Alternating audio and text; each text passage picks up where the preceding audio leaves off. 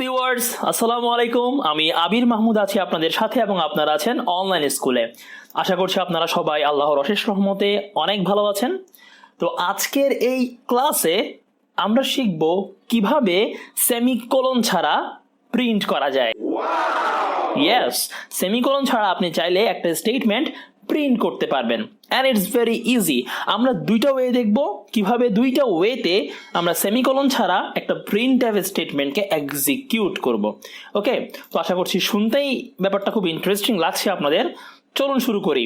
তাহলে যদি আমি এখানে প্রিন্টএফ লিখি হ্যালো, ওকে,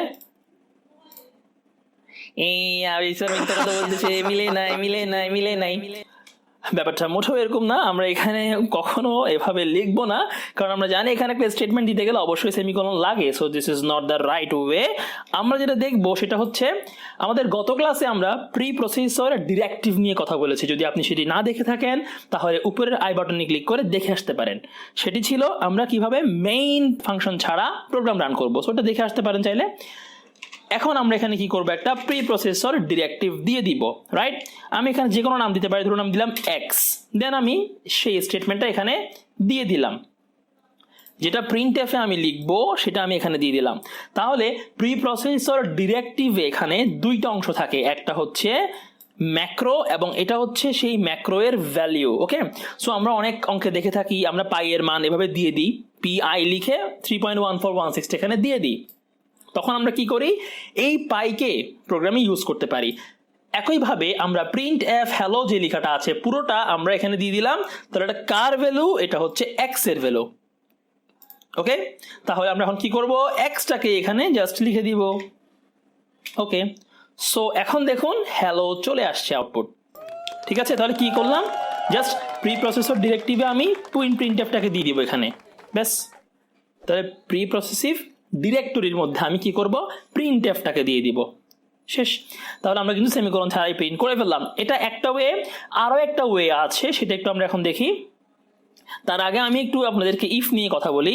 আমরা জানি যে একটা ইফ স্টেটমেন্টকে চালানোর জন্য এখানে যে কন্ডিশনটা আমরা দিই সেটা রিটার্ন করতে হয় জিরো ব্যতীত অন্য কোনো ভ্যালু। যদি এই স্টেটমেন্টটা জিরো রিটার্ন করে, মানে ইফের মধ্যে যদি আমরা জিরো রাখি, তাহলে কিন্তু কখনোই ইফের আন্ডারের কোনো স্টেটমেন্ট কাজ করে না, রাইট? রান করে দেখি, এই যে দেখুন কিন্তু কোনো ফলাফল আসেনি এখানে, কারণ ইফের মধ্যে যখন জিরো থাকে সেটা স্টেটমেন্টটাকে ফলস করে দেয়। ফলস হওয়ার কারণে ইফটা আর এক্সিকিউট হয় না।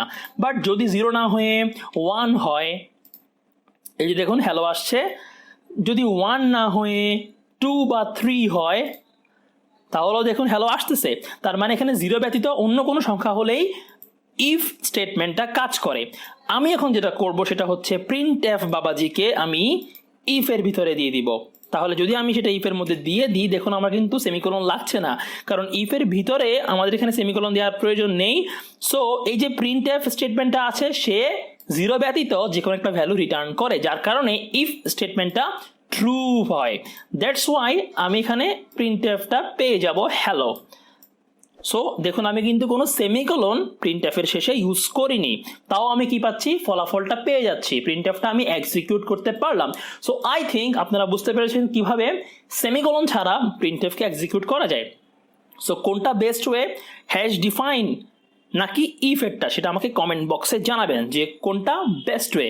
ওকে, আগামীকাল থেকে রমজান মাস শুরু হবে। সো পবিত্র রমজানের শুভেচ্ছা জানিয়ে আজকে বিদায় নিচ্ছি। ভালো থাকবেন সবাই, আমার সাথেই থাকবেন, নতুন নতুন ভিডিও নিয়ে সামনে আসবো। ভিডিও যদি ভালো লাগে অবশ্যই লাইক করবেন, শেয়ার করবেন এবং কমেন্ট করে জানাবেন আপনার কেমন লাগছে। আর যদি আমার চ্যানেল নতুন হয়ে থাকেন তাহলে অবশ্যই সাবস্ক্রাইব মাস্ট। সো আল্লাহ হাফেজ, আসসালামু আলাইকুম।